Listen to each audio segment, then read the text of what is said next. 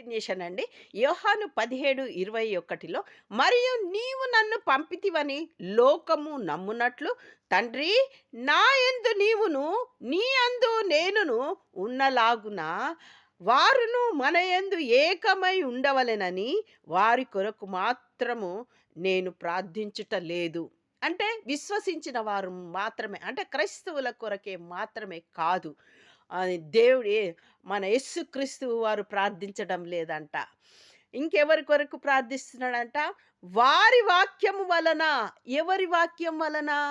ఎవరెవరైతే సేవకులు, మరి దేవుని యొక్క శిష్యులు, దేవుని యొక్క పరిచారకులు వాక్యము విత్తుతున్నారో వారి వాక్యము వలన నా యందు విశ్వాసముంచు వారందరును ఏకమై ఉండవలెనని వారి కొరకును ప్రార్థించుచున్నాను. ఇప్పటికీ యేసుక్రీస్తు వారు విజ్ఞాపన చేస్తున్నాడు.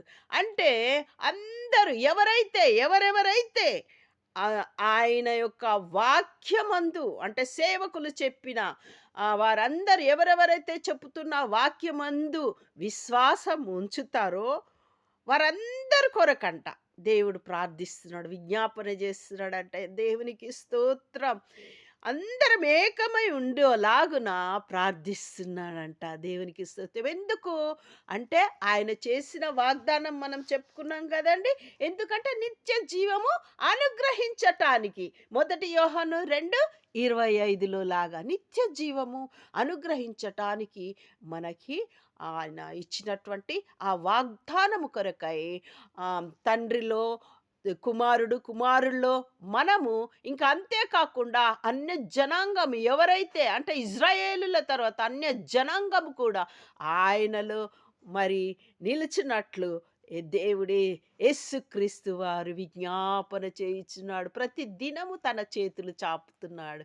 అందుకే ఆయన యందు విశ్వాసము ఉంచి నిత్య జీవం పొందుదుముగాక. ఆమేన్.